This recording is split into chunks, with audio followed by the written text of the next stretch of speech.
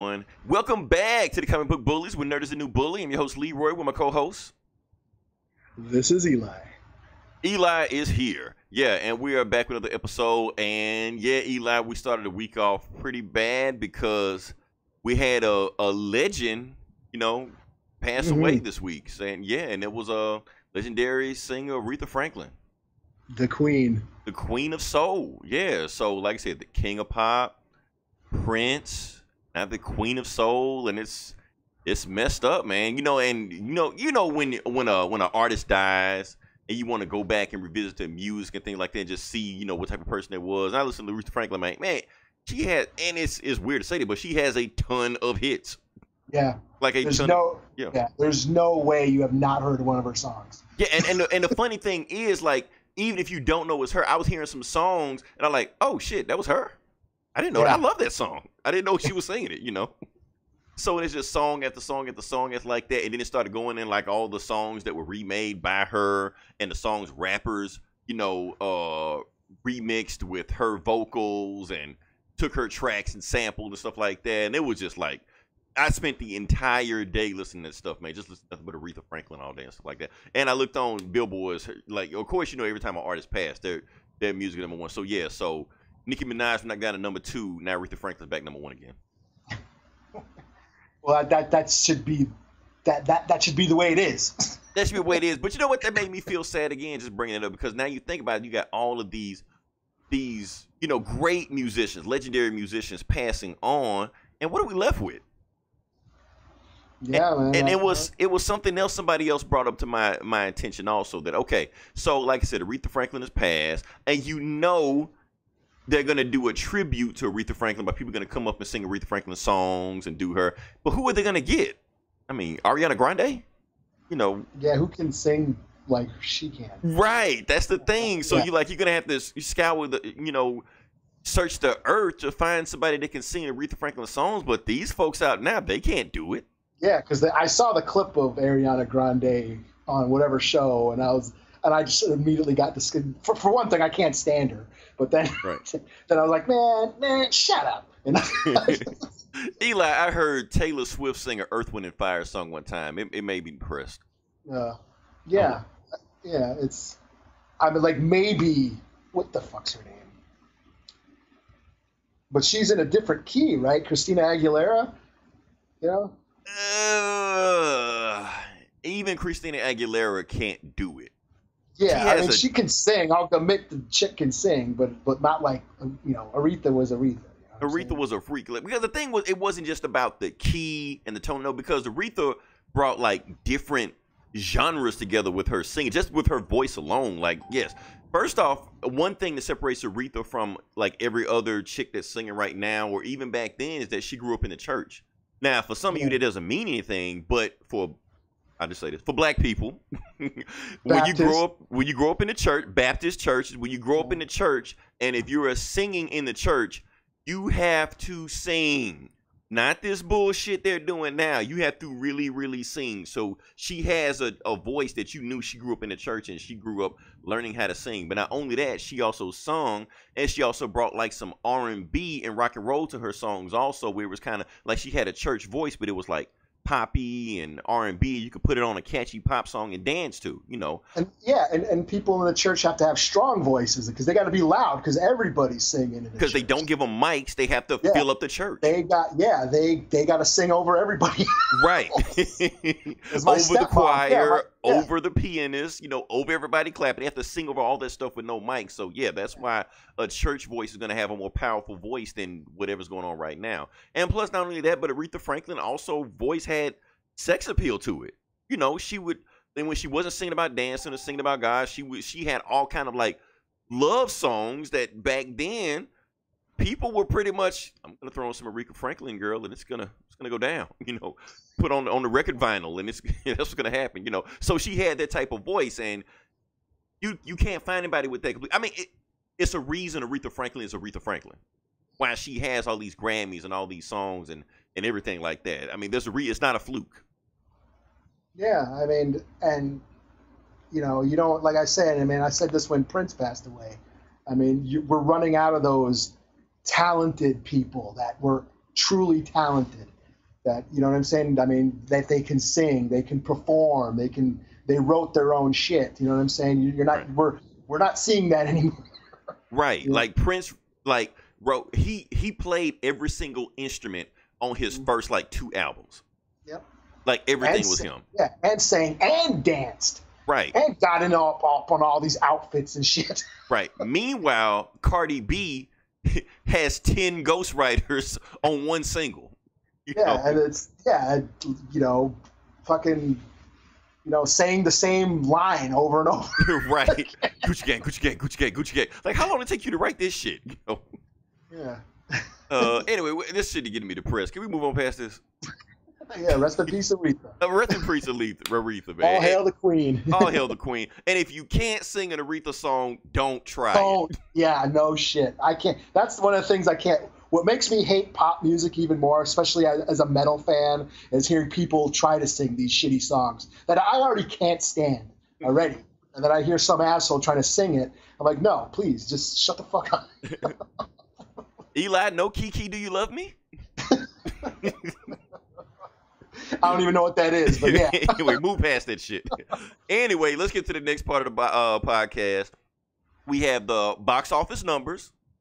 And like I said, we had a fisticuff season. This time actually it's getting pretty interesting. Normally around this time of year it's get dull at the box office, but this week has actually been pretty interesting.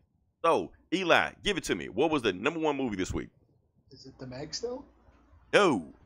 Oh. What the fuck came out? It's already been knocked off. Oh, damn. What the hell came out? Was it some Disney movie came out? Was it a cartoon? No Disney movie. I'll go ahead and give it to you. The number 1 movie this week was Crazy Rich Asians. Oh, that shit. That shit. Yeah. So that's it's a big deal. Yeah. Like I said, 90% Asian movie based on a novel written by the Asian person, directed by an Asian, written by an Asian, cast for Asian. This is the Black Panther of Asia, I guess. I don't know. Yeah. It's taken over. An American studio. An American studio with a bunch of actors. Like I said, it stars. That's rare. Yeah. It stars Constance Wu, the mom from Fresh Off the Boat. Eli, have you seen that show? I've seen a couple episodes. It's not bad. Yeah, I actually like it, and she's great in that show. Like, you can tell she has, like, watching the show, she has star quality. So, yeah, of course, you're going to stick her in a movie and, you know, headline her with it. I mean, yeah, on the show, she shines. You know, she's the mom. Now, Eli, we're going to do a segue, because here's the thing. I think Constance Wu is kind of hot. But let me ask you this. Who is the hottest TV mom of all time? Of all time? All time. Of all time. Of all time. I gotta think. Let me see. TV moms. Shit. What's that? The chick from Silver Spoons, because she was Wilma on Buck Rogers. Oh, okay. I completely forgot about that. Erin Gray. Yeah, that's about the only one I could think of. Okay, Erin. Was she a mom on this? I didn't know she was a mom on this. Well, show. she was like the stepmom, right? Wasn't she? I thought she was just like a next door neighbor or something. No, wasn't she banging his dad or something? Yes. Or something, maybe? I barely remember Silver Spoon. I remember her on the show, but I thought she was just like his assistant or co-worker. Secretary? Yeah, and they got together like season 5 or whatever. The show, maybe. Yeah, I don't know. I don't know. Well, I'll give it to you. Okay, Erin Gray. She was hot. She was in Buck Rogers, so yeah. I'm going to say, and I know everybody think I'm going to say Claire Huxtable from The Cosby Show. I'm not going to say that.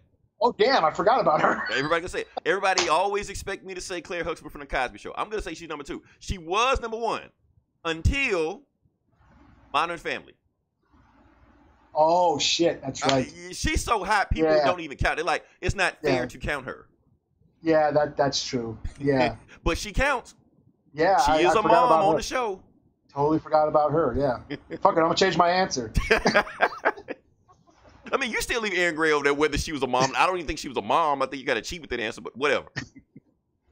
Anyway, I think we got off subject. Number 2. Number 2 is The Meg, the Jason Statham shark movie, still hanging in there. Number 3, we have Mile 22, the Mark Wahlberg movie that I guess people saw this week. Number 3? Yeah. Number 5, we have Mission Impossible Fallout. Now, let me go back to Mission Impossible. I'm going to pull up some numbers, and Mission Impossible right now is at $500 million. So wow. Not bad for. It still has some ways to go, I think, to like be the top highest grossing Mission Impossible movie, but it's doing pretty good for a Mission Impossible movie. Number 4 is Alpha. Oh yeah, is that out? Yeah, is that some dog movie? It's the caveman dog movie, like they're caveman or something, or like it takes place back in the Ice Age or something. I'll be honest, the commercials to me were confusing. I was like half paying attention. They pop up on YouTube when you don't want to watch it, and then you know, you just see it, the first dog. I'm like, the first dog? This is like a dog. You think the first dog would be some kind of like monster wolf or something. You know, like when you say the first cat, you see a saber tooth, in your mind. Yeah, no shit. Yeah, this is just a dog. Like, give me something like it's a werewolf by, or something. Yeah, and it's made by Albert Hughes, one of the Hughes brothers. And when I first heard about this movie, I'm like, oh, cool. That sounds like a caveman movie. Wait, you mean Menace to Society Hughes brothers? Yeah. Oh. From Hell Hughes brothers. Yeah, I guess they're not the brothers anymore. They went on their own. But this is his new movie, and when I first heard about it, I was thinking it was gonna be like Quest for Fire. You know what I mean? Like a brutal caveman movie. But then I'm seeing all these trailers. It's like a fucking kids movie. Kid running around, a cave boy running around with his dog. I'm like, eh. Yeah, no. It debuted at number 5 for a reason. Yeah, it's like I want to see some brutal caveman wars over, with mammoths and shit. Well, this not gonna be a Mel Gibson movie. I mean, they gotta have something to sell to the kids. So, Number 6 we have Disney's Christopher Robin, still slipping down there. It's not doing what Disney thought it was gonna do. Number 7, Black KKK Landsman. Oh yeah, still hanging in there. Not doing the numbers as want to, but who knows? During Oscar season, I'm hearing rumors it might be in the running, stuff like that. Maybe it'll pick up. You never know. Number 8, Slender Man, the YouTube movie, whatever. I don't know. Or like the horror urban internet legend, whatever. I guess, whatever. Yeah, I guess people like it. Number 9, Hotel Transylvania 3, Summer Vacation. Why is this movie still on here? I don't know. That's surprising. Yeah, I didn't think that was going to do. Yeah, it should have fell down by now, especially with these other movies. And Hotel Transylvania, I just said that. Number 10, Mamma Mia, Here We Go Again. So, yeah. So you haven't seen it yet, I have not seen it. However, Mamma Mia is on Amazon Prime. I may check it out. I may review it. I don't know. Well, that's why it's number 10, because you haven't seen it yet. Exactly. I need to patronize Mamma Mia 2 if I want to get a Mamma Mia 3. Yeah. Complete the trilogy. That being said, let me see where Ant-Man and Wasp is. Like I said, this is a comic book show, and I know people forgot this movie ever existed. It's currently at number 3. Let's look at the numbers on that.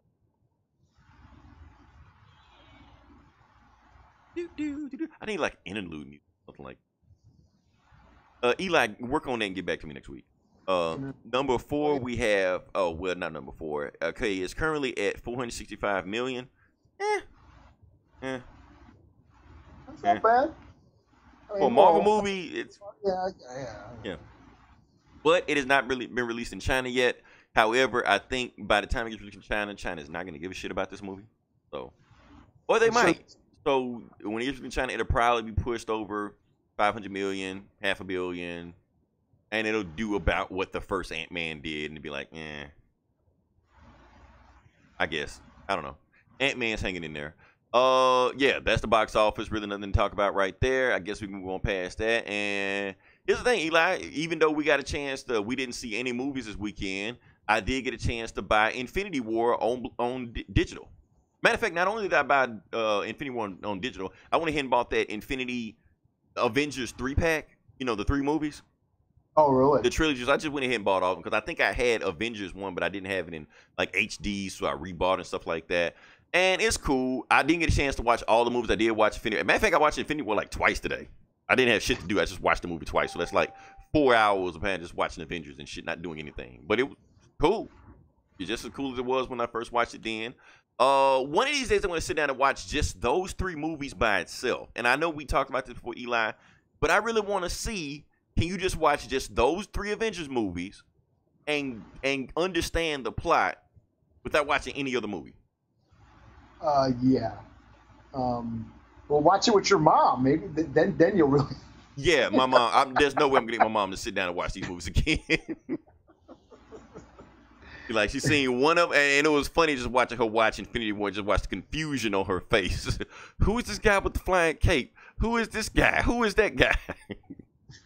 So yeah, that was annoying there. But I listened to some of the commentary on there also with the Russos and the writers on there, and it did give me some insight on it. Some of the stuff I actually kind of figured out myself, but it's good to hear that them confirm it. And some stuff on there, you know, that they've been making headlines on there. For instance, I'll give you an example. Before I get to the big stuff, like Tony, for instance, you know how Tony said Vision was offline, so like, and he couldn't find Vision.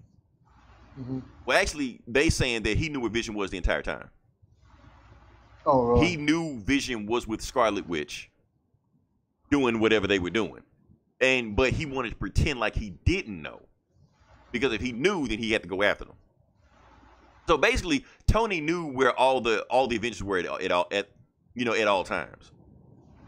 He just paused blind in it. That's the one thing. Another thing, the Hulk. You know, people kept talking about the Hulk and things like that, saying that he didn't show up because Thanos whipped his ass. I always knew that was bullshit. I always knew it was bullshit. However, I never said anything about it because I just wanted to entertain, because it was just a fun, you know, thing to say Thanos whooped his ass.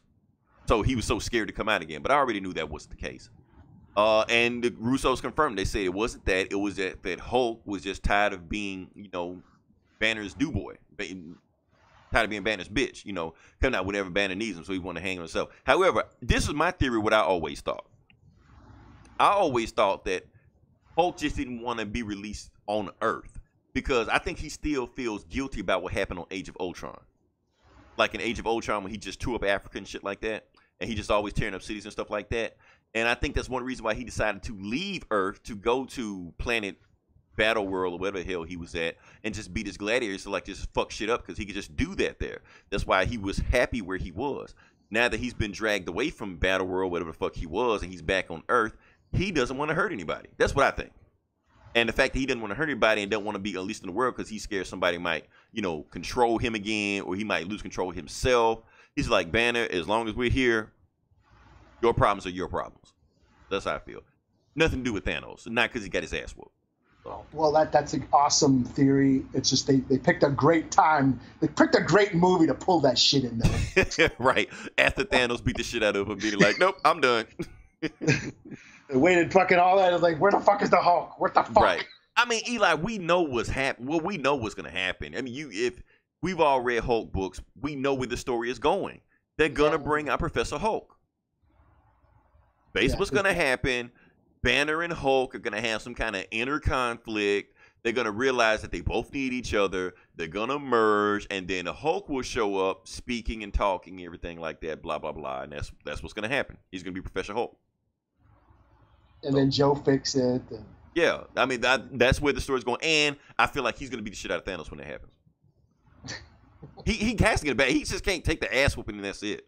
Well, yeah, that's what I would hope. Yeah. So everybody just calm down, wait for the next movie that's only part 1, and then we'll see where the story goes. But that's where I think the story. And then when part 2 comes out, then you're going to have to watch all 3 of these movies, because Infinity War would be one movie considered, right? Technically, yeah. Well, technically, yeah. But here's the thing. Infinity War does feel like an ending to a movie, if that makes any sense. It doesn't feel like, you know, those Hunger Games or Harry Potter where they split up 2 movies in one. Infinity War feels like a complete movie. Well, from our standpoint, yeah. Yeah, from our standpoint. I mean, yeah, if you've been reading comics for fucking 50 years and shit like that, yeah, you're like, oh, we got this book. But, like, if they just ended it right there, you could be like they gave us an ending. It may make the ending we expected in a movie, but what if there wasn't? We know that's not the case. What if it's like, fuck it, that's it, we're done. That's how it ended. You know, but I like it because you can look at Infinity War, and like I said, I watched the movie twice today, and I was looking again, and I was looking at, you know, themes and things like that. Eli, I don't know if we talked about the themes, and I'm pretty sure we did, and I think we kind of fumbled through them, but listen to the Russos actually break down the themes of the movie and what they were trying to say. You know, we kind of hit the nail on the head ourselves. For instance, like when they said one of the main themes in the movie was sacrifice. You know, I think you said that. I completely missed it, but I think you said that. and basically about that the Avengers they're okay with sacrificing themselves. They'll throw themselves on a grenade, but as far as sacrificing somebody else for the greater good, that's a line they just will not cross. And Thanos will cross that line. He will sacrifice this person to save everybody else for the greater good. And the movie ultimately seemed like that the Avengers not sacrificing everybody in the movie, it's a weakness on their part. It's their kryptonite. And basically Thanos exploited their weakness. Well, that's because he's fucking crazy. He's a crazy asshole. That is true. That's another thing they say. Like, people keep asking, well, why didn't Thanos double the resources? Because he's fucking crazy. That's why. He's a fucking nutcase psychopath asshole. Exactly. Stop trying to look for rationality in this shit. He's crazy. Yeah, he believes he's doing the right thing because that's what crazy people do. Right. They don't know they're fucking crazy. Right. So that's what we need to understand. Thanos is crazy. So yeah, and like I said, but that's on like the first half of it. I saw it. I know I got a whole because the movie long as fuck. So I gotta listen to the rest of the show for the rest of the commentary to see what because the commentaries audio commentaries for me are very interesting. Like on the first 6 movies where George Lucas was doing commentaries on the Star Wars movies, that shit opened my eyes, man. I was like, damn, George Lucas is a genius. I know people like to shit on George Lucas, but the guy's the genius. He created all that shit, yeah. He created all this. Even with the prequels, the shit he was doing. I'm like, okay, these may not be very well made movies, but the idea and the intent of where he was going with this guy's a genius. Yeah. So when Infinity Wars 2 comes out, are you going to be able to watch them individually, or are you going to have to watch them both at the same? Is it going to be like Kill Bill? That's the thing, because like Kill Bill is one movie. It is. So it depends. I don't know. It depends. It depends on how it goes. So yeah. So I don't know. Moving past that, like I said, that's Infinity War. Good movie. Go watch it. Eli, remember that text I sent the group chat earlier today? The one where you were talking about the article you were going to write? Yes. Okay, I'm going to go ahead and spoil the article right now. So by the time this podcast is up, you should probably see their article on Outright Geekery. Because believe it or not, Eli and I don't just talk shit all day in podcasts. We actually do other stuff also. We're both writers. Click our names on the site and you will see the articles that we posted. We actually have stuff going on. So the one I'm going to write is the best MCU movie ranked from best to worst. But here's the thing. It's not going to be my opinion. It's going to be your opinion. My opinion? Yes, and everybody else listening. Okay. Now, I'm not doing magic tricks, Yeah, I'm going to put a rabbit out my ass. No, I'm not going to do that. So, yeah, so that should be up. I've already done the research earlier today about what your favorite movie was, and it's going to be kind of interesting. So, there's going to be some, yeah, so it's going to be, then we said we can move past that. I saw another movie this weekend, and it wasn't actually a movie theater movie. This is actually another Warner Brothers studio movie. Actually, Eli and I both saw one. He saw one, and I saw this one, but I'm going to talk about mine first, and I'll let Eli get to his second.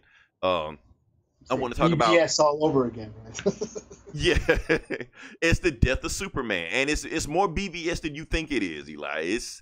The thing is, the death of Superman is, once again, Superman gets killed by Doomsday. We've heard this story like a billion times already, and Eli, I'm be honest with you, this is probably as far as cartoons, probably the best one. Oh no shit. I mean, you still got Under the Red Hood. Yeah, that's pretty cool. It's in that category. Now, if you want to say Under the Red Hood is still better than this one, you can say that. But I'm saying this is a close second. I feel like it's these two movies and it's everything else. Because they really fleshed out the movie. I thought it was going to be like a Justice League movie. No, it's a Superman movie. All the characters that were, in the Superman 90s era that Dan Jurgens was putting in there, they're in this story. Superman is interacting with them. He's back with Lois Lane. And I like how they ended the relationship between him and Wonder Woman. They just ended. It was just like, yeah, we tried it out for a while, but it didn't really work out how we wanted to, so we're just going to see other people. It wasn't like the New 52 bullshit they did where they just killed off New 52 Superman, and had Mr. Mxyzptlk show up and erase New 52 Man from existence, so the relationship never ever happened. It just was a natural transition, you know. And the thing is, the Justice League is in this story only as supporting characters to Superman. The reason they're here because if you really think about it, Superman has no friends. As Clark Kent, he doesn't hang around anybody. He just goes to work, goes home, and that's it. So the only people he can talk to about his issues and relationship advice and things like that is the Justice League. And their interaction with him and giving advice, stuff like that, was really interesting. It made him seem more human, even though, you know, he's Kryptonian and stuff like that. Just watching Doomsday show up and just beat the fuck out of people, that shit was awesome. He just beat the shit out of the Justice League. Of course, you know, Batman lasted longer than everybody else on the team. That's right. How? I have no idea, but it happened. So, and then, man, I'll be honest with you, Eli, that shit, the ending was emotional. You knew it was coming. You knew Superman was going to get killed by Doomsday. It was still emotional. They had the funeral and everything, people speaking at his funeral and stuff like that, you know, saying what Superman meant to them and stuff. And then when people watching him on TV and he was sacrificing himself, he was like, is everybody okay, Lois? Like, yes, Clark, they're okay. You know, and then everybody looking at the TV, holding a Superman picture that they took a picture with Superman. And he's dying. I'm like, man, that shit is emotional, man. You know, so it really got you. So they really brought the emotion home. And Superman, you know, even though Doomsday was fucking up the whole city, he was actually still saving people in between. So that bullshit they were doing in DCEU, he's not doing it here. He's saving people. You know, they even took, you know, nods from the DCEU, from BVS. That shot, you know, where he was punching Zod and Doomsday into space and shit like that. That same exact scene is in the movie. Doomsday shooting out heat vision, that was never in the comic books. That's something strictly for the movies. He's doing that here. You know, he sees Superman doing one time, he realized, oh, I can do this shit too. And he just does it himself, you know. So, yeah, this movie, 5 out of 5. I'm giving 5 out of 5, man. It was awesome. Well, right on. Yeah. Okay. Well, I got to see, I mean, it's old now. It's been out for a while, but I finally got to see it. I saw Batman Ninja. So this is the anime version of Batman made by the producers of Afro Samurai, I believe. So yeah, you seen the trailer. It looked awesome. So I was really excited to see this. But I got to admit, it's not what I expected. Plot-wise, I thought it was a little disappointing in the plot. But that being said, it looks amazing. This is some of the coolest animation I've ever seen, especially Batman animation. The fucking animation is just awesome. The fight scenes are awesome. The designs, the feudal Japanese takes on all these characters. Everything looks fucking dope. But like I said, the storyline was a little because I thought it was just going to be like a feudal Japan version of this of the Batman myth. You know what I mean? But no, they go back in time and to Japan. So it's like Turtles back in time, you know? Oh yeah, that classic. Yeah, that's what it was like. And then Batman was like this prophesized, you know, this hero that this ninja clan was this prophecy that this bat ninja would come. The white savior. Yeah. Yes. The Evil Dead, Army of Darkness, the hero of the sky shit. You know, so that stuff was like, that's what it is? Oh man, so that's what I'm saying as far as like the plot. You know, like Gorilla Grodd. It starts out in the modern time, in modern Gotham. Gorilla Grodd has got his the Quake engine, and he fucking sucks everybody back in time. Everybody, the Bat family, the whole Rogues Gallery, fucking Alfred. They all go back in time. Wow. to Japan. And then it just basically all the Batman villains have taken over all these different sections of Japan. They're all feudal lords, and they're all warring against each other. And Batman has to save the day. He teams up with this ninja clan that have been waiting for their savior, and here he is. And they basically kick ass at the end, of course. But like the beginning, like the first half of it is really cool. I mean, despite the stupid plot, like it's cool to watch. It's really fun. And then the ending battle is just fucking insane. Where the giant robots, all their castles, all the different rogues gallery, they all have their own castles, and they all turn into giant robots. So it turns into this big giant kaiju battle with, these steampunk robots fighting each other. And then Gorilla Grodd has a bunch of monkeys form into a giant monkey robot, and then Batman has a bunch of bats that turn into a giant Batman robot, and then they all form, and then Joker, his castle combines with the other villain's castle, and they create this giant Voltron robot. It just gets, it goes like totally insane. It goes like out of nowhere, like, oh shit, this is giant robots now, because it's anime. It's like they had to show every anime trope into this movie, Yeah, and that's the thing. Like, he's gonna have like awesome action in, so I expect that. So. Yeah. I mean, I give it a 4 out of 5. I mean, it's worth it just to look at it. The animation itself is worth your time because it just looks amazing. It's just really cool to look at. And yeah, the different versions of these characters. Yeah, I mean, if they came out with toys, I might actually, buy some. See, that's how they get you. Yeah, I mean, Samurai Ninja Batman looks dope. Even the villains, like Deathstroke, Samurai Deathstroke looked awesome. Yeah, I mean, they just sound like an awesome combination. So. Yeah, you know what I mean? And, those versions of Harley and Joker and the Red Hood. The Red Hood had those samurai, like those baskets that they wear on their heads and shit. Well, he didn't have guns and shit, right? No, they all had swords. Okay, that's what I figured. Red Hood wouldn't have guns. I mean, but there was guns because they did. I mean, the Batmobile was in the thing. Was in it. The hell? Okay. Yeah, because it got sucked back in. Like I said, everything got sucked back in time, but then it got destroyed. I mean, I won't spoil it, but. Okay, now I want to. I mean, here's the reason I haven't watched it yet is because, I mean, believe it or not, I'm not an anime fan. So I feel like it, because you ever seen like those Marvel anime movies like Black Widow and the Punisher and shit? Yeah, I have, yeah. I was like, yeah, no, I'm not going to sit through that again. But if you're saying it's pretty interesting, I think I'll go check it out. Well, yeah, it has those weird anime stuff. Like there's this middle section where Joker and Harley have got like amnesia and they're living as farmers out in the countryside of Japan.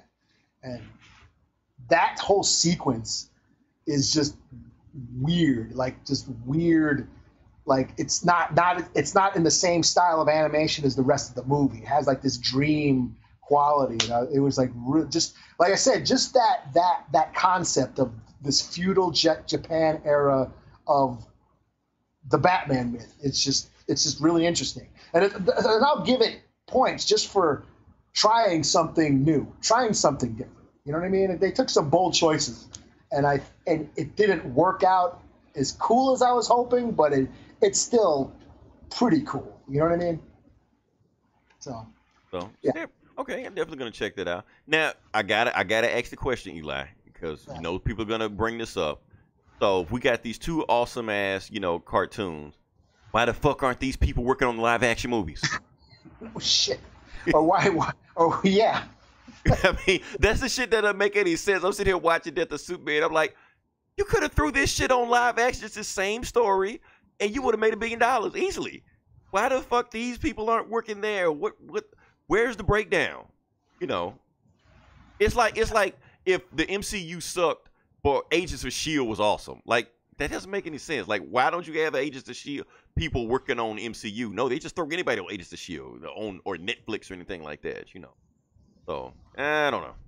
Yeah. Moving past that, like I said, go watch those movies if you got a chance to. I want to talk about Idris Elba.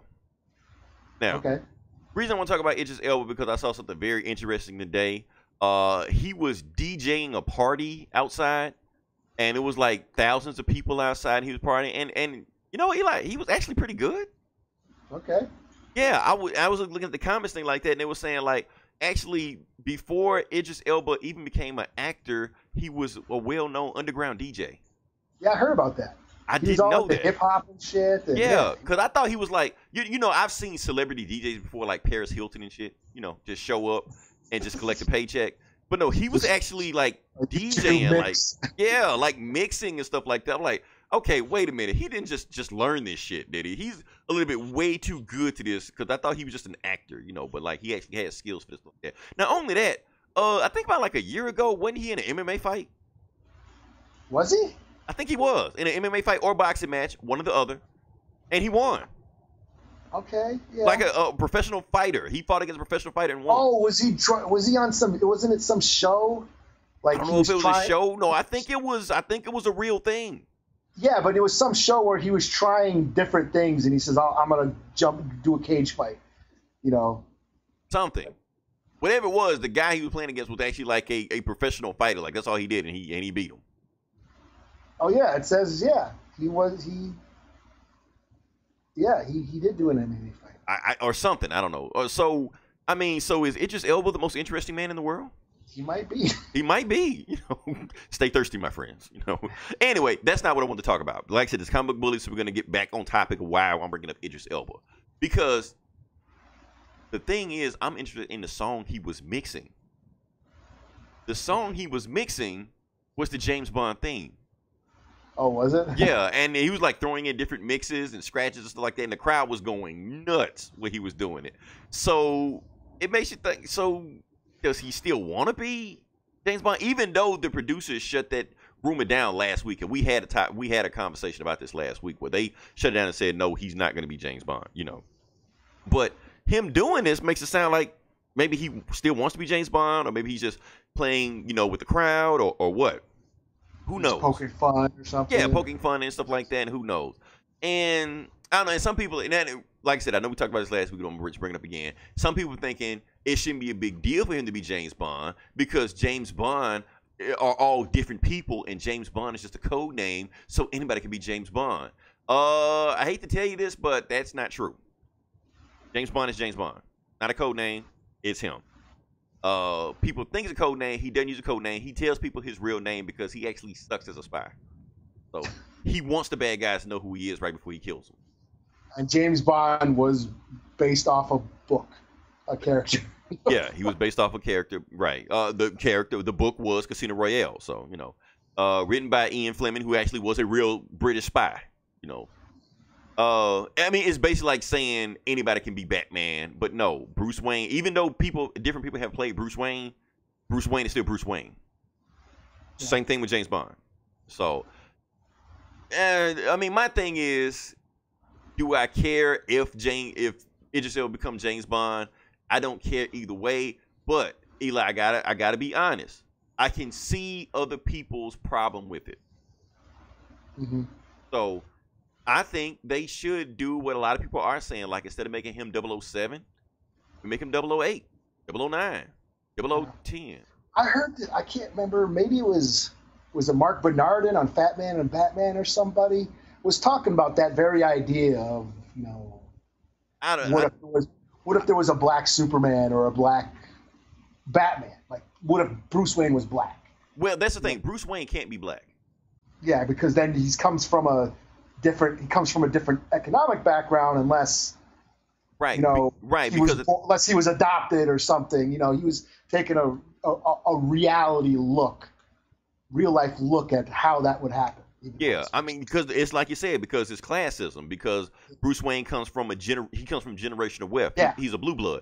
There are no second generation, you know, black billionaires other than, you know, Jay-Z's kids and, you know, whoever the fuck else.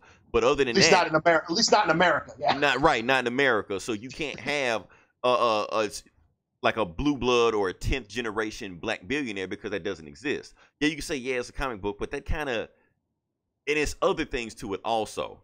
Because I think if there was a black billionaire, even if it was a generational black billionaire, they would find other ways to clean up Gotham than putting on a bat suit and beating the shit out of, you know, the disenfranchised. I think they would be more in tune with how to fix the crime situation other than doing that. They would, you know, throw money at it, you know, build jobs, build schools, you know, use education. I've always said this, Bruce Wayne could fix Gotham way better than Batman could. Yeah. Hell, if you read the comic books, Batman actually made Gotham worse. Before Batman, it was just mobsters and gangsters, you know, just them, and that was it. After Batman, now you got all these super criminals and Joker and Scarecrows like that. They were inspired by him. So crime is actually even worse than what it was before Batman even showed up. So what is he doing? Yeah. I don't know. Well, I think back to the comic books, you know, like it's Batman, because it's Batman. Watching him punch people is a lot more fun than watching him do a fundraiser. Yeah, that's true. That is true. Who wants to read that comic? I'll buy that comic right now. Like, no, I get it. I get it. It's power fantasy. That's what you want to see. But here's the thing, Eli. Now you know me. I've always liked Superman better than Batman. That doesn't mean I don't like Batman. I do like Batman, but I think I like Batman for a different reason. I've never looked at Batman as a power fantasy. I've always looked at Batman as like as a character study. Like, I've always looked at Batman like, this guy is fucked up. He's not the guy you want to be. I think he is making situations worse just being what he is. But it is fascinating that he think he's doing the right thing. To me, Batman and Thanos are almost the same guy. No, I guess. They're making shit worse, but they think they're doing better. Yeah. Yeah, and I guess that's the thing. There's still that code. I mean, for me, the myth, I guess. I like Batman on his own. Like, I don't give a shit about the Justice League or when he's on the Justice League. I like that world of Gotham, that otherworldly quality of that. It's not a real world. It's not a real place. It's just this weird, you know, you don't even know what era it's in, what time period it's in, like the cartoon or like Burton and all that. Or shit. like Gotham. Or like the game, or like the Arkham games. You know what I mean? Like what time periods. Right, they have black and white TVs with cell phones. Right, and there's zeppelins in the sky, but then there's all this computer technology and shit. I just like that sci-fi element. It's just like this dystopian, you know, society that's what I like about it. You know, well, my thing is, I always looked at Batman, like Detective Comics, Gotham Batman, and Justice League Batman as two different characters. Even though they're the same character, I always looked at them as two different characters. But when you read a Batman solo comic, Batman does fuck up. Batman does get hurt sometimes. You know, Batman does make wrong decisions, question himself, you know, things like that. But then with the Justice League, he's the prep guy. He never makes mistakes. Like that Doomsday cartoon I was just telling you about, everybody gets their ass whooped except him. You know, so it's like two different characters. Like, how can he get shot by some random criminal in a Gotham comic book or a Detective comic book, but he can, you know, kill Darkseid in a crossover? You know, how's that the same character? You know, but I don't know. That's just how I thought about it like that. So I always looked at Batman as an interesting character, but not as a power fan, not as somebody I identify with. It's just interesting to see what's going through this character's head that thinks he's right. That's all. And plus, he's got cool villains. He's got cool villains. Yeah, he's got cool villains. I can't knock that. So it's fun watching him, you know, fight people, stuff like that. So yeah. How about Idris Elba? We were. I forgot what we were talking about. Anyway, moving past that. Idris Elba was Batman. Yeah, let's make Idris Elba Batman, and let's really piss off the MAGA fan base then. Hashtag that. Moving on to the video game section. Now, here's the thing. I think not next week, but 2 weeks from now, we're actually going to get the Spider-Man game that's going to come out. That's the game we're going to be waiting for. I will be streaming the game. I will review the game. I will give you my thoughts on stuff like that, and I'm pretty sure I'm going to love it. I actually bought a PS4 just to play that game. So, shit. Yeah, so I'm going to check it out. Yeah, so I'm going to check it out and see what happens from there. What I was going to say from that. In the meantime, I played another game that I bought like on Steam for like $5, stuff like that. Oh, yeah, I'm supposed to remind you of a game that I can't remember. Yeah. Thank you. Appreciate it. That's why I pay you the big bucks. The game that you were supposed to remind me of was called Vanquish. Okay, yeah, that's it. Yeah.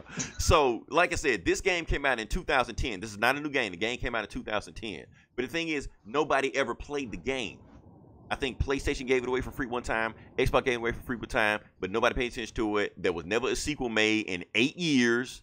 I think the creator of the game even left that studio company, went to another company, so there won't be a second game of that made. But I played this game this weekend. Holy shit. Eli, this game is awesome. This is the best game nobody's ever played. What kind of game is it? It's a shooting game but it's a shooting game. It's like an action game. It's hard to explain. Like kind of like Max Payne or something. Kind of, but it's like way more fast paced than Max Payne. Okay. I don't know. I don't know how to explain the game. Like it's a shooting game, but it's not. But it's. I don't know. You just got to play the game. Anyway, the reason I want to talk about Vanquish not only because it's an awesome game. I was actually playing the plot of the game, and the plot of the game is that the Russians have waged war on the United States, and they waged war on the United States by hijacking our satellites. Okay. So they have to. So the United States are sending soldiers. You know, this is in the future. So like way in the future when we're in space, shit like that. So they send soldiers to space on a certain satellite that you're both hijacking to get these Russian terrorists off the satellite. And I just thought, holy shit, this is Space Force. This is Space Force the game. They're telling us right now what's gonna happen 10 years from now, you know.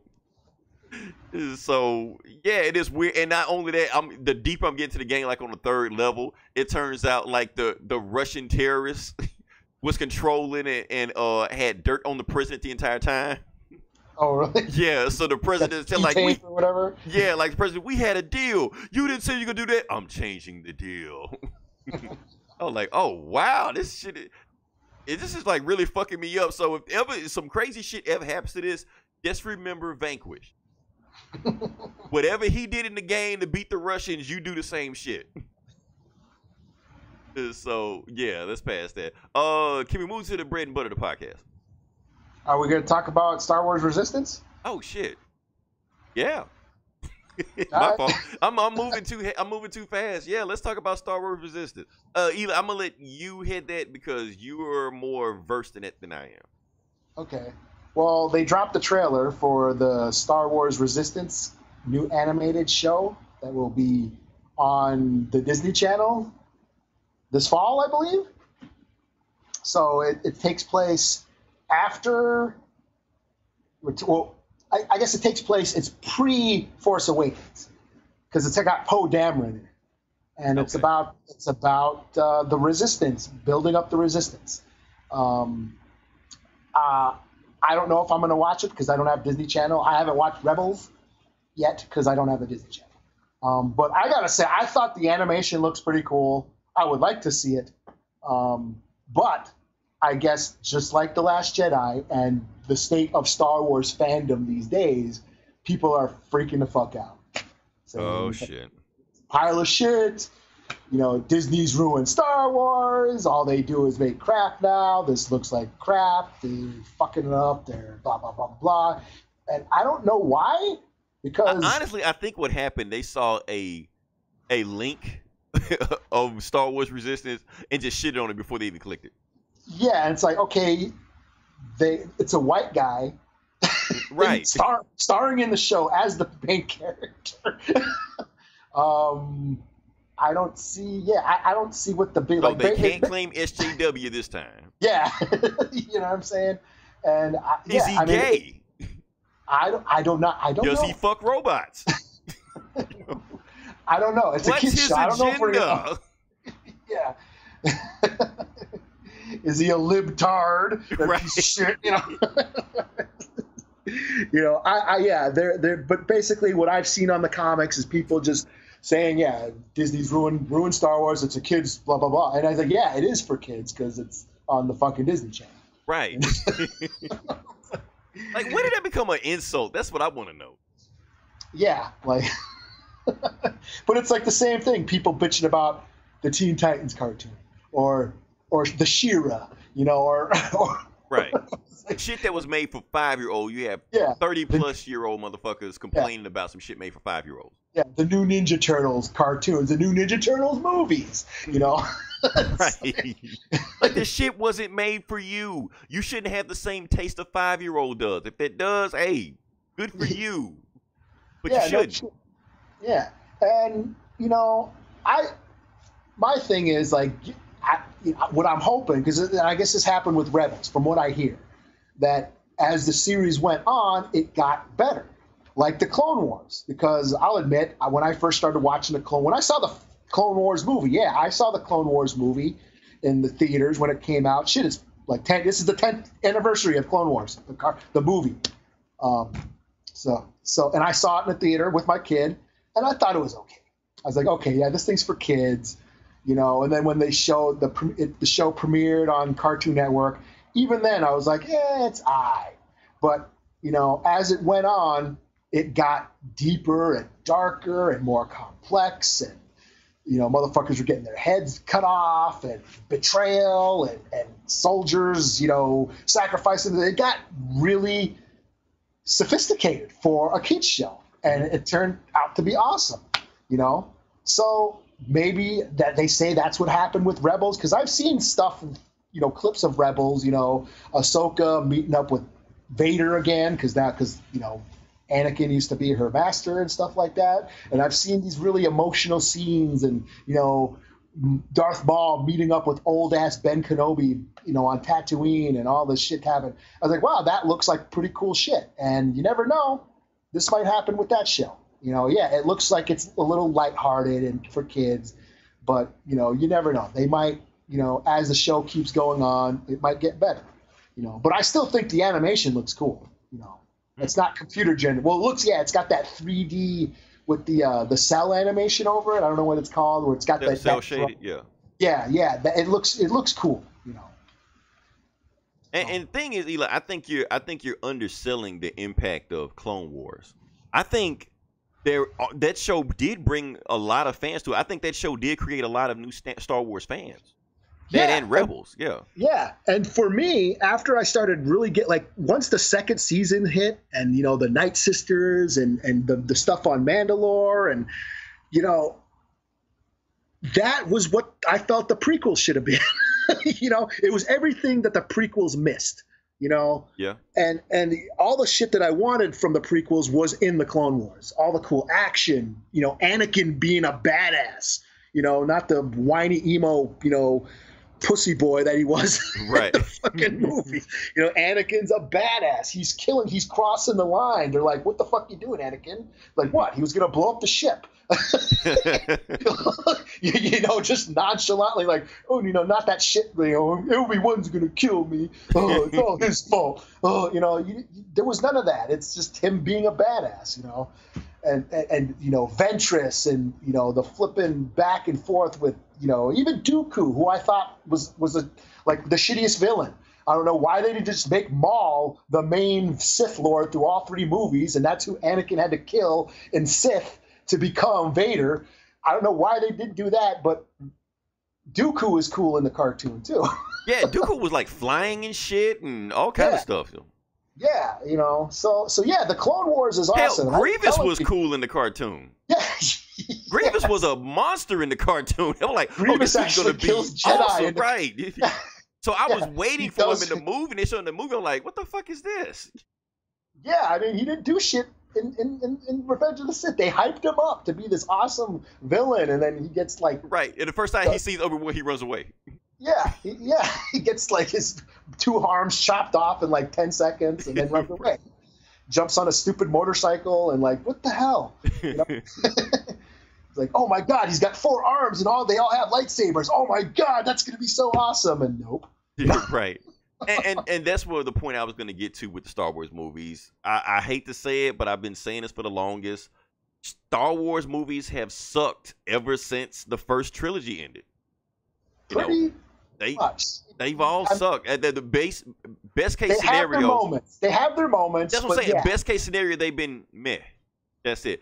Nothing they've done has been like must watch. You have to see it. They've either sucked or they've been meh. The thing that has been keeping Star Wars alive has not been the movies. People are fans of Star Wars not because of the movie. They're fans of everything else. The EU novels, they kept Star Wars alive from then till the prequels came. People are fans of the video games. It's just like you said. People are fans of Star Wars Clone Wars. They're fans of Star Wars. The comics, yeah. The comics. That's what I'm saying. Because people, and that's why they're so divided on the movies right now. And that's why they can't get a tone right in the movie, because the fandom are fans of so many different directions. Like when we grew up, Eli, we were fans of the movies. The movies were it, and everything else was out there, and it was cool, but it was all about the movies. It wasn't about the holiday special. It wasn't about the Ewoks movie. It was about the regular movies, and everything else was basically icing on the cake. Now, these fans are coming from so many different directions. They want this because they remember this and this thing. They remember this from the video game. They remember this from the cartoon. They remember this from the toys. The movie, there is no way the movies can match that tone of what all of these fanboys want.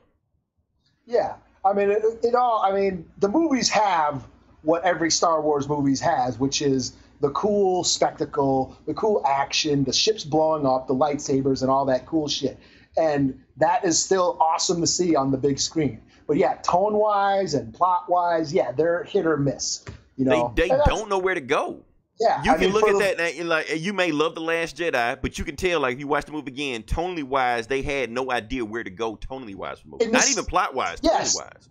Yeah, I mean the same thing with Solo. I thought Solo was okay, but you know, it was still fun to see the Millennium Falcon fly through space with that theme going on, you know, or walking out of the theater to the Star Wars fanfare. That never gets old for me. But, you know, what happens is like, you know, I think we had one creator controlling everything, you know, for so long, which was George Lucas. And then, you know, he evolved, he got older, and his ideas and what he wanted to say artistically changed. And that's why we have the prequels being what they were. Well, but the prequels because he had too many yes men. Yeah, I mean, no one was there to tell him, hey, dude, this kind of sucks. Maybe you should have Maul be the main villain. Don't kill Maul, dude. Have him be the that's what I would have told him. Instead of it was like, kill your best villain in the first act? Brilliant. Yeah. But we don't have that. We're like, take Superman or Batman or all the Marvel comics. You know, they've been around for decades.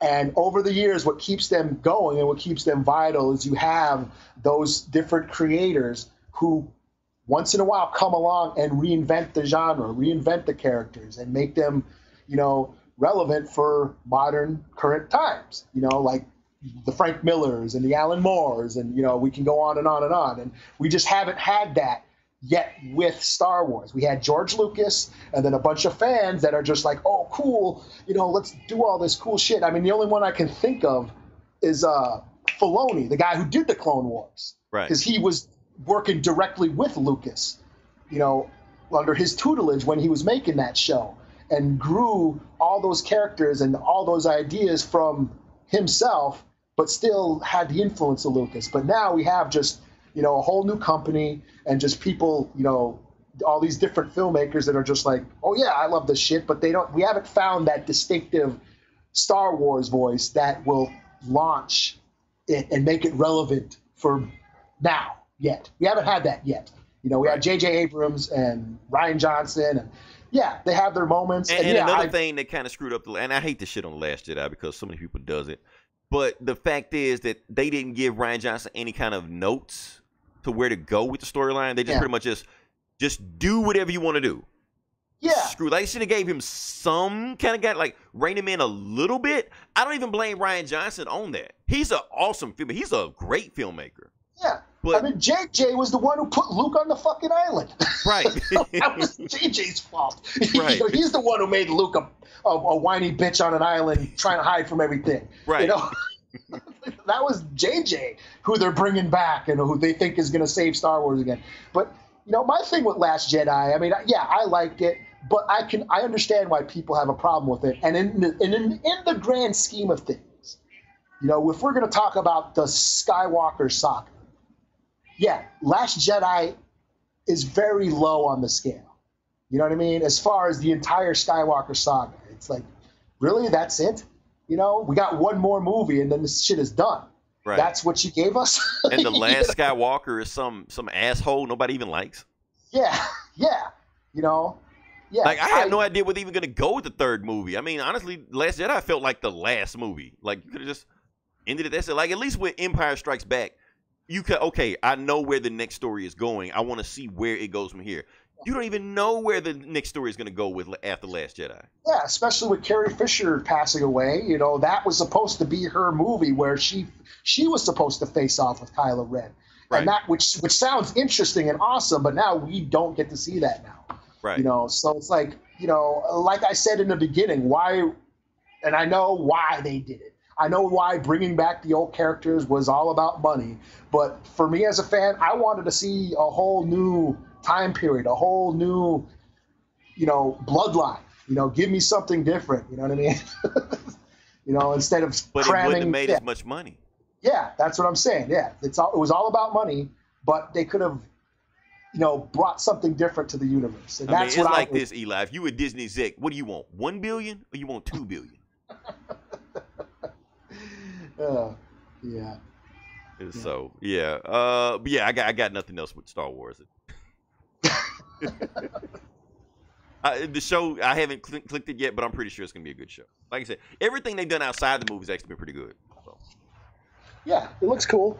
I mean, like I said, I don't have Disney Channel, but dude, you gotta one of download these the days, app, man. I know. Once you can watch it on the app. You know, yeah. Then because there's more Clone Wars coming out that is going to be on that app. Right. So it's like that's like, and this new show, they're going to have a new show that what's his name? Favreau's producing. He's in charge of. You know, that's supposed to take place between Jedi and Force Awakens. About Mandalorian. Yeah, Mandalore. Yeah. So. Okay. I don't know. Yeah. Damn. Yeah, I might have to get rid of one of these apps. Might have to go if I'm going to want to. Bye bye Netflix. And if that's where like Daredevil and shit is going, you know? Shit, they can keep Daredevil, Jessica Jones, and Iron Fist Part 2. We never did talk about Iron Fist Season 2, did we? No. I honestly, I don't give a shit about talking about it, to be honest. I would just bring it up. I really I still haven't even watched all of the first season. You lucky bastard. Okay. Yeah. I mean, the last Luke Cage season, though, that was really good, you know, and it was, and that's the thing, these Netflix shows, they're hit or miss. You don't know what you're going to get, you know. Because Jessica Jones disappointed the hell out of me. I was like, I can't see it's going to be like this. You know, I know, I kind of like the new season. I mean, I guess I like her character more. Yeah, it's slow, but I like her character. I like her character, I do. But the show itself, I was like, it was just so much filler in there. It was like, you could really shave this shit down. Yeah, they are really long. They don't need to be 13 episodes. I'm hearing Iron Fist won't be 13 episodes. Okay. Which is good. That's about the best news I can hear from her. And I've heard that they actually gave him some like fight training too, but I don't know. I haven't watched the trailer, so I don't know. Everybody's going crazy with the trailer. I'm like, it looked like the same bullshit that happened last season. And the Punisher doesn't excite me either. And I forgot that he was even a thing, man. Man. I don't know. So, we didn't mention what's his name, Logan Paul, wanting to be an MMA fighter. Oh yeah, I hope just somebody whoop his ass. I don't care if you're in the MMA or not. Just whoop his ass. Yeah, there was that story where he was on. I guess he's a YouTube star, right?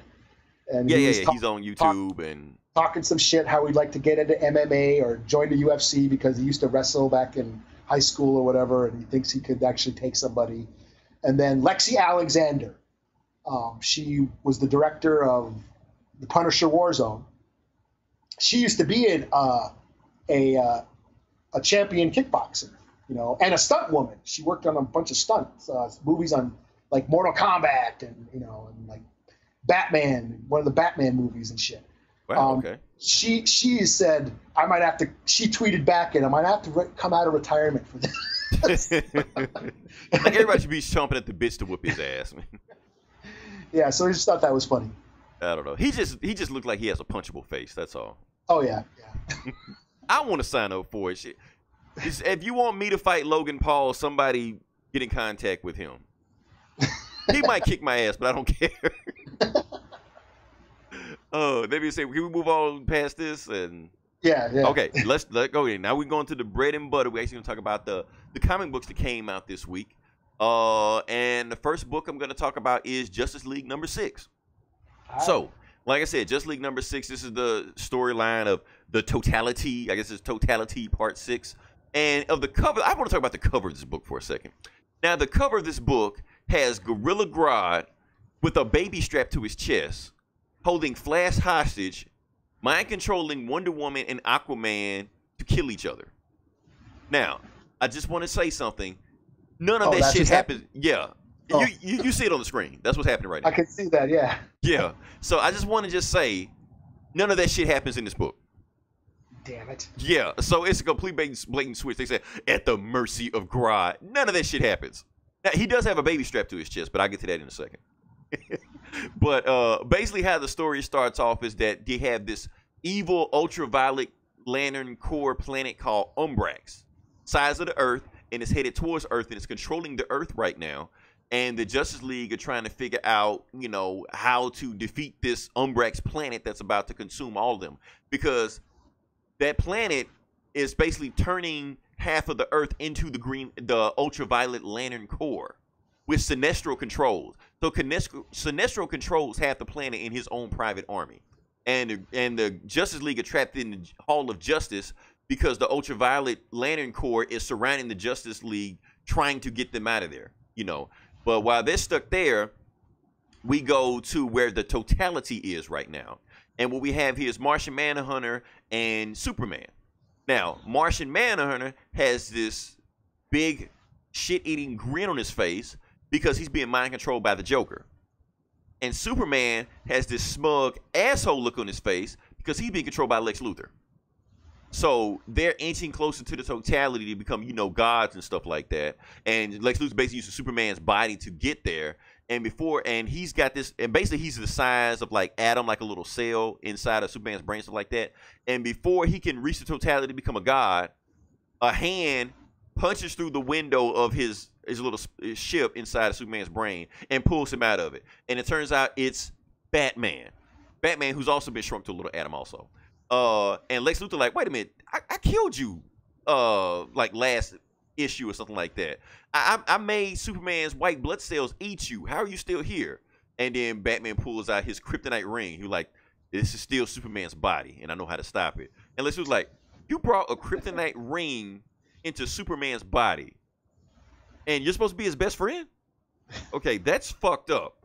And Batman is like, I don't give a fuck. I'm going to take you down, Luthor, and I'm going to take down that item in your hand right now because Lex Luthor has this doorknob in his hand that he calls the Doom weapon that can, like, gives him already, like, unlimited power right now, but he wants even more unlimited power.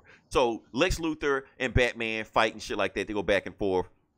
Batman start kicking Lex Luthor's ass. Lex Luthor's like, Joker, give me a hand. I need backup. So this Joker controlling Martian Manhunter, with that shit-eating grin, he turns around and looks at Superman. Superman, we've never met before. We don't have much interaction with each other, but I think we should get to know each other. So his hands start turning into like little tentacles and stuff like that, go through Superman's eyeballs, and these little tentacles start swiping at Batman, trying to kill him. So Batman keeps getting tagged by the tentacles and stuff like that, and he's like, Hawk Girl, wake the fuck up, take Joker out. And Joker hears him on the intercom. He's like, nah, I've already killed Hawk Girl. I hit it with my strongest Joker venom. So after I'm done killing you, I'm going to take a crowbar to her and chop her up into pieces and beat the fuck out of her. And as soon as he turns around, Hawk Girl smacks him in the face. He's like, yeah, the Joker venom wasn't strong enough. So she takes control of the ship. And Batman and Lex Luthor back fighting again, and they fight over the doorknob, stuff like that. And Batman, right before he thinks he got the doorknob, Lex Luthor grabs it first. Lex Luthor grabs the doorknob and blasts Batman in the face. Fucks Batman up. And he was like, now that I got this doorknob, and he instantly close to he gets his hands on the totality also. He like, now that I got this, Justice League, you get the fuck out of here. So he teleports the Justice League back to the Hall of Justice. That's Martian Manhunter, Superman, and Batman. And Batman, like I said, is fucked up. John Stewart looks at Batman, and he's laying on the ground. Both his arms and legs are broken. He's like flopping on the ground and shit like that. Like, who did that to Batman? So, and then they all thinking like, oh, this is all my fault. Lex Luthor's getting the ultimate power. He's about to become a god. We can't stop him. And I forgot to tell you about what Flash is doing. Yeah, with Gorilla Grodd, like I said, he's got a baby strapped to his chest. And the reason he has a baby strapped to his chest is because this baby is the son of this supervillain called the Turtle, which is one of Flash villains that can make Flash stop and basically steal the Speed Force from Flash. And now Grodd has the same ability also to make Flash like move in like super slow-mo, stuff like that. So they go down there, they steal a whole bunch of weapons, stuff like that, and Flash realizes that the only way that they can beat the Legion of Doom is to not fight these weapons they're using against them, but to embrace these weapons they're using against them. Like, stop trying to fight the Steel Force, become one with the Steel Force. John Stewart realized instead of trying to fight the ultraviolet landing power, embrace the ultraviolet landing power. And Martian Manhunter realized the only way I can beat Luthor is to not hide my feelings away from Justice League, but to open myself up to everybody on the planet and tell them who I am. And he speaks to everybody on the planet at the same time, and he tells them that Luthor was right. Luthor was saying we need to embrace the darkness and embrace these fears that we have against ourselves and stop pretending like we're better than them and admit that we all have faults. That's what Luthor's been saying the whole time. And once we admit that, then we can be better than Luthor. We can finally beat him. And while they're doing that, John Stewart gets in like Flash spaceship or car or something like that, and he speeds all around the world to try to stop the ultraviolet core and, you know, turn everybody back to normal. But what happens is that he takes out the ultraviolet core and removes it from the Earth, but instead of being replaced by, you know, green or by the regular, the planet brights up with a white light, and you pan out and you see the Earth is covered with the white landing core symbol. So it looks like John Stewart turned every single person on the planet into a white lantern. And that's how the book ends. So, okay. Yeah. So it looks like next book is going to be Planet Earth and the White Lantern Corps, which is all of us, versus Umbrax. So I think still Snyder. Still Snyder. Oh yeah, it's Snyder. We're balls deep in Snyderism. Yeah, I was about to say that sounds like some Snyder shit. This is some Snyder shit. Yeah, we're all in there. I give this book a 3.5 out of 5. It was better than what I've been reading before. I did have to go to Wikipedia to find out what the fuck was going on because I saw that symbol at the end of it. What is that? I don't know. So I had to go back and reread it. I'm like, oh, that's a White Lantern. I remember that from Blackest Night and stuff like that. So yeah, as long as I keep my Wikipedia next to me, I can understand what's going on with it. So look, if I'm having trouble with this Justice League book, I can imagine somebody not versed in this shit having trouble with it. Because you're gonna pick this up and you're gonna be like, why the fuck does Gorilla Grodd have a baby strapped to his chest? I don't know. That's all I got. All right. Well, I guess I'll go, I'll go with Darth Vader 19. Now I've been like, I dropped the Star Wars books last year just because like I was reading too much shit. Not that they suck, but I was just reading too much shit. Dark Knight's Metal was happening. I had too much shit to read, and I'm like, I got a Marvel app.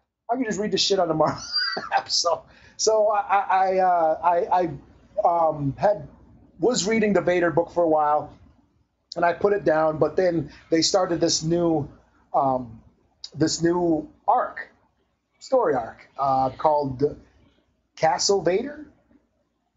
Is that what it's called? Castle Vader. Castle Vader, or yeah, I think that's what it's called. Anyways, I can't remember what it's a new story arc where Darth Vader is hooking up with the Inquisitors. Now, the Inquisitors are from the Rebel show.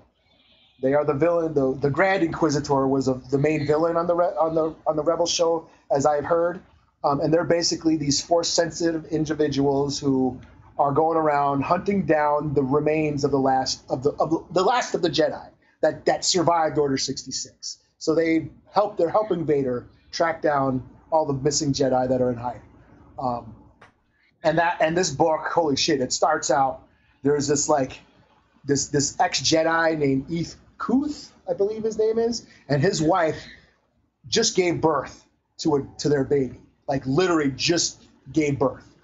And he's like can I hold her? And then Vader comes in, and he's like, I need that kid. And he's like, what? No. And he's like, I'm not even a Jedi no more, man. I was kicked out of the Order like before the Clone Wars. Like I'm not a Jedi anymore, man. He's like, it doesn't matter. It basically turns into a big fight where they're fighting over the kid, and of course Vader kills him, takes the kid, and I'm not sure. I've looked at this a couple of times, and I guess it's left to interpretation.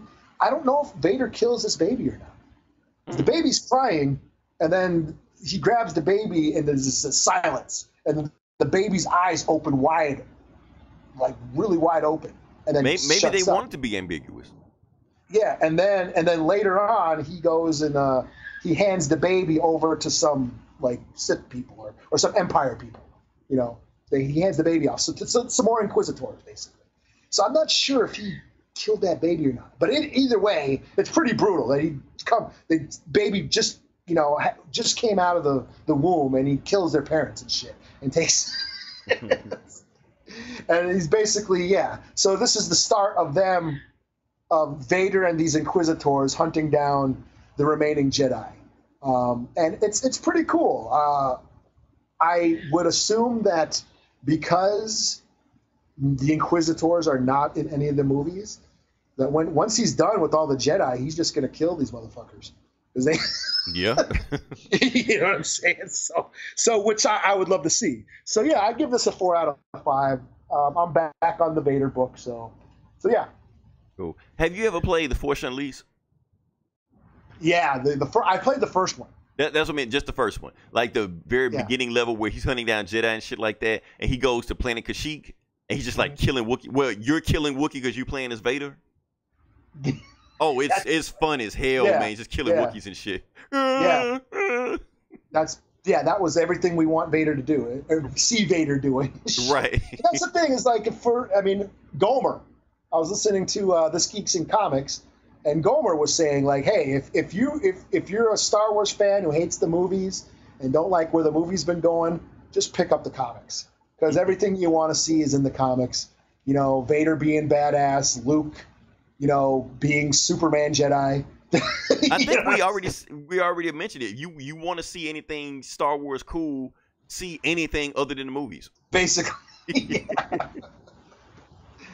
So yeah. Next book I got is going to be Infinity Wars #2. Okay, so Infinity Wars #2. Like I said, last time we left off with the book, Gamora was revealed to be the big bad called Requiem, and the book ended with her killing Star-Lord. So the book opens up. This book opens up in the past, where Thanos is like killing a whole bunch of people because that's what Thanos does, and you see little child Gamora, just like you saw in the movie and stuff like that. And she's talking to him. She's like, why do you do this? Why do you do what you do? And she was like, because it's the natural law of the universe. Only the strong survive. You're like, yeah, but you're like killing people on purpose. He's like, well, the universe works through me. And she's like, well, nobody lives forever. So eventually somebody's going to be stronger than you and kill you too.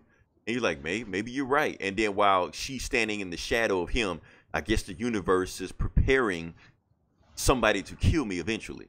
Now, cut to a little bit in the past, or like a week before in the past, you see Gamora chopping off Thanos' head, and then she picks it up and put it in a bag and walks off with it. But you can see that as she chops off the head, Thanos actually like talking to her in her mind.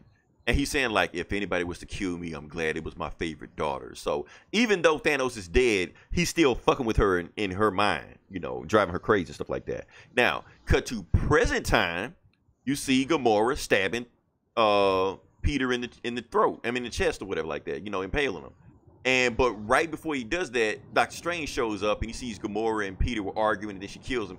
And he just says, and he stops time because he has a time capsule, a time stone or whatever. He says, Sid, Nancy, I hate to break this up, but I got to stop this for a second. So he actually rewinds time, takes Star-Lord out of there, and somehow he plucks Star-Lord from another dimension, or like the dimension that he didn't die in, and put him in this one. So he like, wait a minute, did Gamora kill me? And they're actually like, oh yeah, she killed you.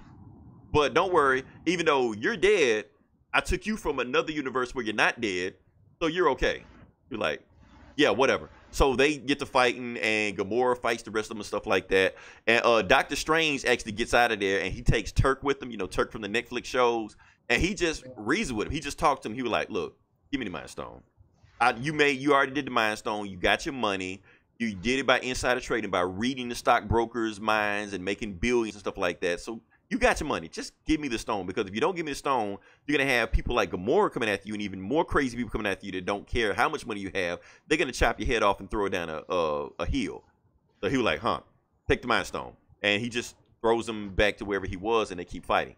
So Gamora keeps fighting, and eventually the Avengers show up.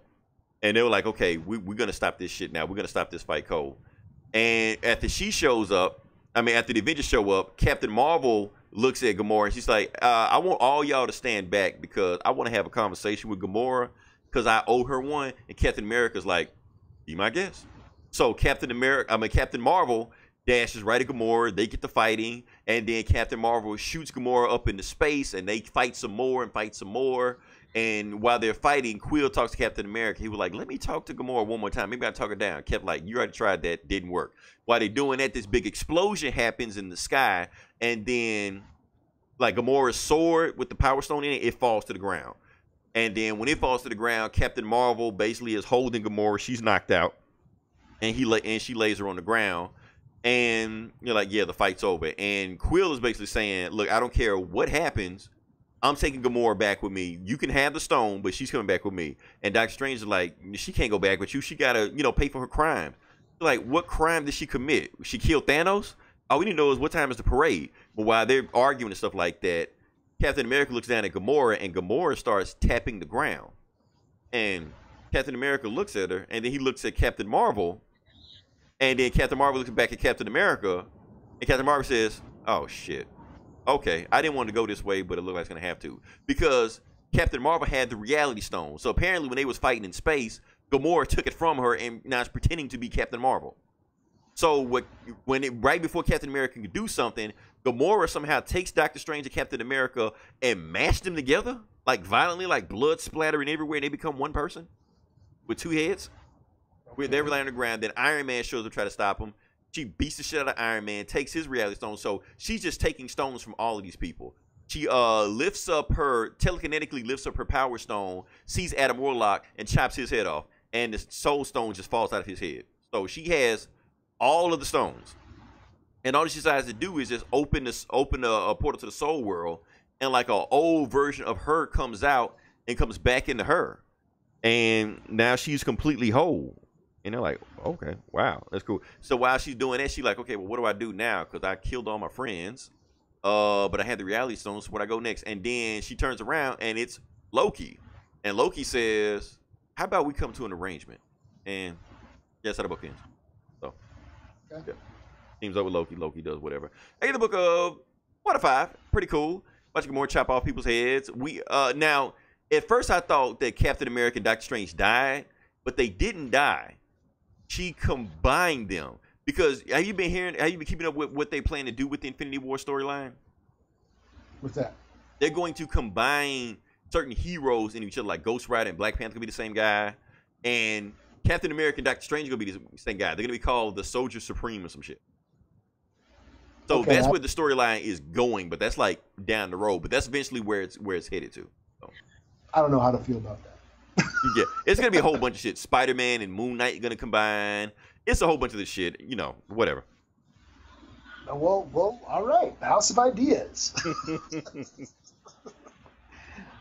All right, my next book is The Terminator: Sector War, #1.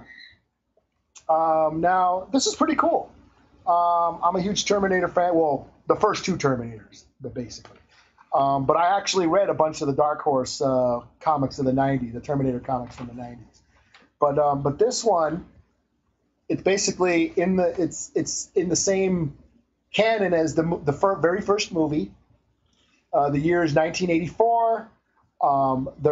As we know, the Terminator was sent back to kill Sarah Connor because she's, the mother of John Connor. We have Kyle Reese, who was sent back to protect her, and all. We know how that turned out.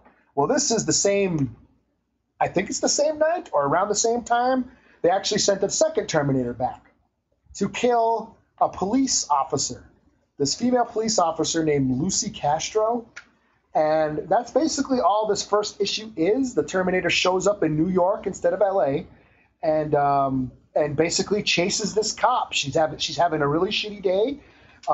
This guy rolls up on her. Tries to kill her. She shoots the fuck out of him. Realizes he's not dying from getting shot up, and it's just a chase, simple chase. We don't know why the Terminator's trying to kill her. All that he said was he's the father, and he's trying to end the resistance. So I'm not sure what that means, but she is pregnant. We find out that she's pregnant. So we don't know who the father is or why they need to kill her.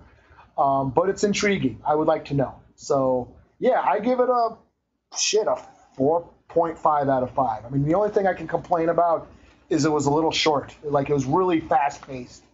I mean, art wise, I mean, there's very little dialogue and text. It's really mostly visuals that tell the story. So that's pretty cool. But yeah, I thought this was cool. They haven't lost me yet, so I'm going to see where this goes. And yeah, I dig on this. I don't know if you've heard, but there was a theory about the Terminator, the very, very first Terminator movie. Okay. And about how they can retcon or reboot the Terminator. Well, I mean, it's time travel, but then they already kind of rebooted in Genesis. They keep doing that, but they say one thing, a storyline that they haven't explored is that maybe Reese isn't John Connor's father. That in the very first movie, Sarah Connor was supposed to go out on a date with a dude who stood her up. And that's how she ended up on her own, going out by herself when Reese found her. But there was a message machine when she checked her messages, and there's a guy who said, "Sorry, Sarah, can't make it, blah, blah, blah, blah." So she was dating a guy. And the theory is that she might have had sex with this guy and that he's the father of Reese. And so that's just a theory that I thought, yeah, that's pretty cool. But, I mean, let's say that is the case. How does that change anything? I don't know. No. Well, that gets it out of the time loop because they're stuck in a time loop. Well, yeah. You know what I'm saying? Because Reese has to go back. Reese must go back in time.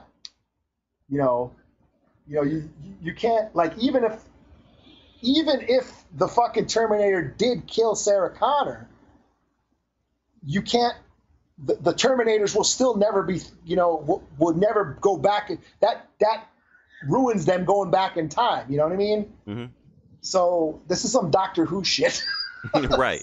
Because I know it's always because they set the first two movies up as a time loop, and then they're trying to explain it away like, oh, it's not a time loop. You can change things, but I don't know. Yeah, I mean, it's not a fixed moment in time now. So if this guy if Reese isn't the father, then it's not a fixed moment in time. I guess they're not stuck in that loop. This gets them out of that loop. Right, but at the same time, Reese does have to go back at least to tell Sarah Connor that the Terminator is coming. Yeah, that is true. So, I don't know. Anyway, okay, this is my book of the week. Okay. My book of the week is Extermination, #1. Okay. Okay. For those that want to like, what the fuck is that? Okay, it's an X-Men book. Yeah, I gathered. Yeah, because Extermination, like the 90s, The other thing, we rarely review X-Men books on this book because honestly, I think X-Men have failed all the fuck off. But now that Fox have, and Disney have merged, I feel like Disney kind of gives a shit about them again, and they realized the Inhumans was a bust, so they're like, let's actually put some energy into the X-Men again. Okay. So basically how the book starts off, it starts off 20 years into the future in an apocalyptic future where all the X-Men are dead, because that's how every X-Men book starts off. Yeah, that's Tuesday for them, But anyway, they see this one mutant that's still alive looking at all the X-Men dead on the ground. He was like, that old bastard, he didn't do what he was supposed to do. Now I got to go back and fix his problem. So he goes back in time. Of course, because that's what they do. So go to the present time. You see they're in Chicago, and it's this protest. They're outside. They're protesting mutants and stuff like that. Mutants go home. Humans first. Make America mutant free again. Whatever. And they're chasing down two mutants two French speaking mutants. And before they can attack them and like a mob and do whatever they might do to them, the X-Men show up. Now the roster of this X-Men are the teenage X-Men. Teenage Cyclops, Teenage Jean Grey, Teenage Iceman, Teenage Beast, Teenage Angel, and a teenage vampire Storm named Bloodstorm. Okay. Yeah, so apparently they're all from an alternate reality, but she's from a different alternate reality that's ended up with this reality with them. So she's one of the X-Men also. So, yeah, they fight off the angry mobs like that, rescue the mutants. and they take him back to, you know, the X Mansion, where Kitty Pryde is, you know, the headmaster, stuff like that. She takes me like, don't worry, we'll take care of these mutants. We'll give them a good home. But they don't know where the mutants came from. They say whoever did it, their mind's been wiped. They're from France. We don't know how the hell they got in Chicago. So something's not right here. But anyway, while they're trying to figure that out, Cyclops asks Vampire Storm out on a date.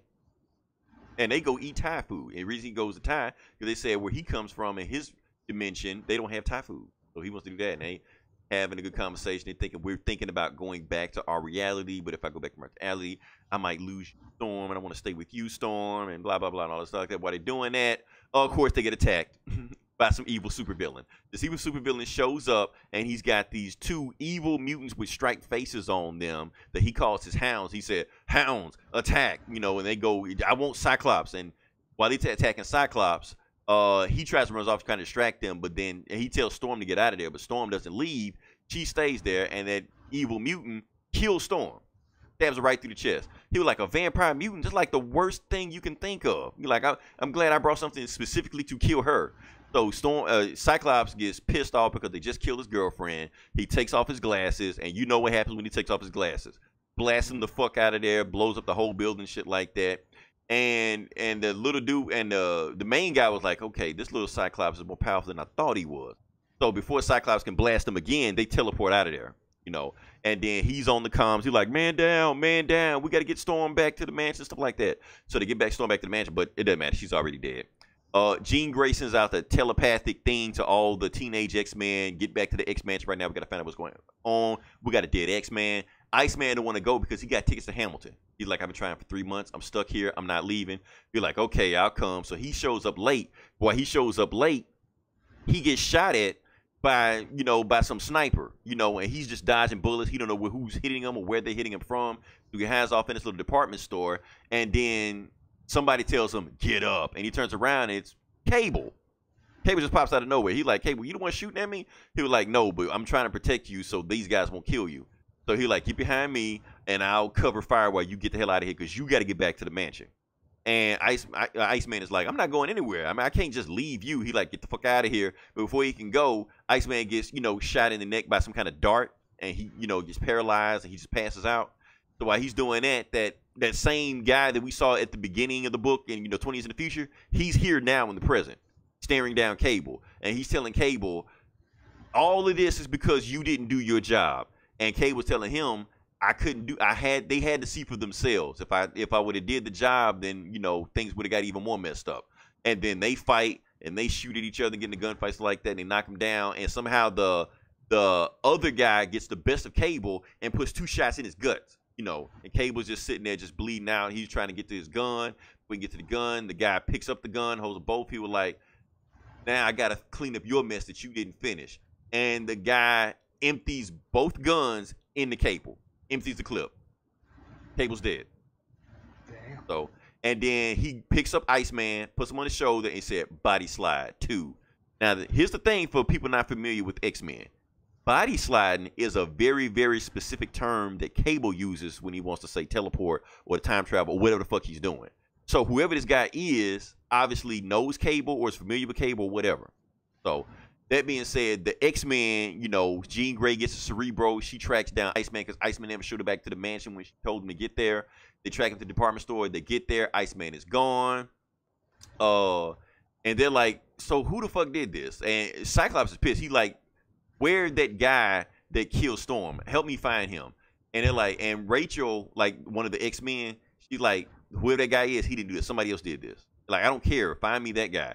And then we go to another undisclosed location that they don't tell us.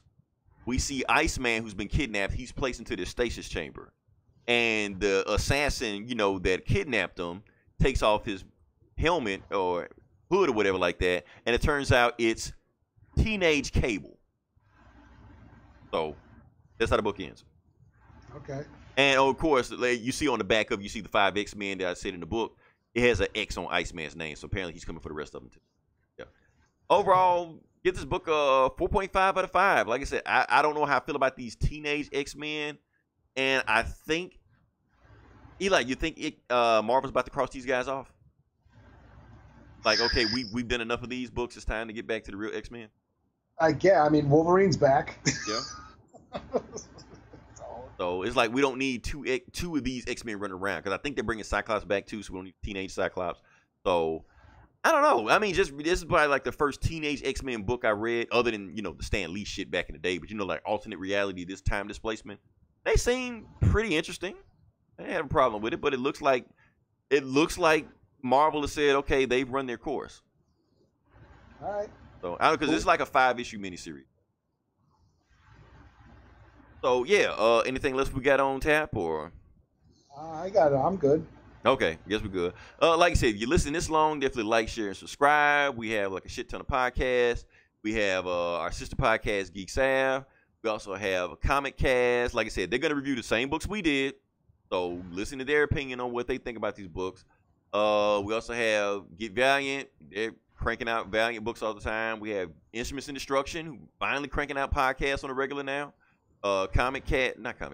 Get Geeks and Comics. Like I said, Gomer and AKA Dave is still going strong. I'm pretty sure it's like 8 other podcasts. I forgot the name, but definitely go down and listen to the rest of them. And like I said, we all like to end a song that kind of fit the theme of this episode. So like I said, since of course we're going to do a Aretha Franklin tribute, and I want to do a Aretha Franklin tribute with a song that Mos Def sampled with her vocals called Miss Fat Booty. So that's going to be the song. Until then, this is Leroy. This is Eli. And we will talk to you guys same bully time, same bully channel. Cool. Podcast is cutting off.